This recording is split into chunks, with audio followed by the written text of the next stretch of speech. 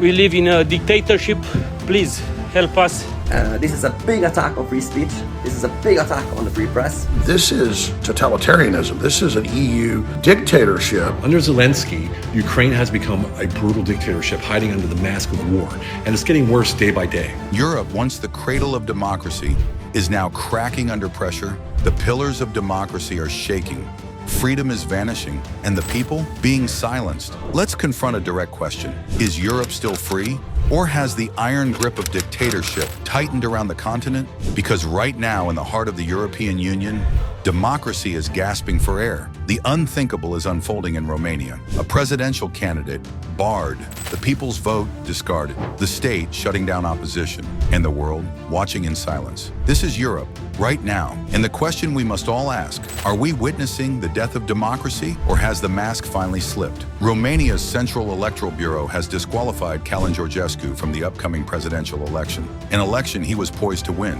Why? Authorities claim election violations. The courts allege undeclared campaign financing, fraudulent digital activity, and perhaps a silly accusation, Russian interference. But let's cut through the noise. Was this about safeguarding democracy or silencing the people? In November 2024, Georgescu, a popular far-right candidate, shocked the system with an unexpected victory in the first round. His campaign dominated TikTok, mobilized millions of young voters, and rattled the establishment. The response? The government annulled the election. And now, electoral officials have voted to bar him from running again.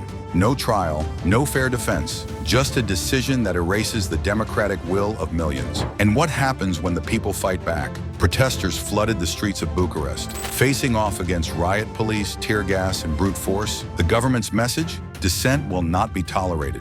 But here's what's truly disturbing. Romania is not alone. Across Europe, a dark pattern is emerging. In Britain, a man was sentenced to months in prison for posting a meme online. His so-called crime, satirizing a political figure. The internet, once a space for free speech, is now a battlefield where expression is criminalized. Another chilling example, British patriot Tommy Robinson, jailed for daring to question Islam. His arrest wasn't about justice, it was about silencing dissent. Similarly, in Germany, an elderly pensioner had his home raided by police for mocking a politician on the internet.